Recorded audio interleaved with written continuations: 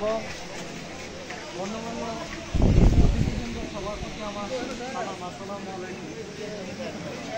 আমরা এরকম পরিস্থিতি এর আগেও আমরা মোকাবেলা করেছি এবং আমাদের প্রতিপক্ষ বিপুল ব্যবধানে আমাদের কাছে হেরেছেন। এটা পুরনো বিষয়, এটা নতুন কোনো বিষয় না। তো এবং আমাদের যে সভাপতি প্রার্থী ওনার মতো লোককে যদি আমরা হিসেবে পাই, সামাজিক অবকাঠামো রক্ষা হবে এবং আমাদের শিক্ষা প্রতিষ্ঠানের মান উন্নয়ন হবে। সকলের কাছে এই আহ্বান রেখে সবাই আমাদের এই প্যানেলকে বিজয় করবেন এবং আমাদেরকে দুটি ব্যালট দেওয়া হবে, একটি নারী এবং একটি পুরুষ।